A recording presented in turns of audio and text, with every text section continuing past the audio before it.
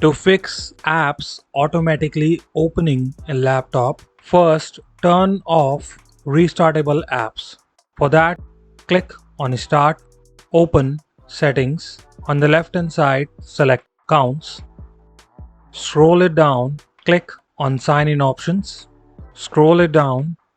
Here, you need to switch off Automatically Save My Restartable Apps from here.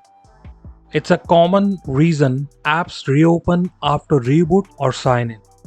If this option does not work for you, try the next method. Turn off the apps in Windows Startup Apps. Click on Start, open Settings.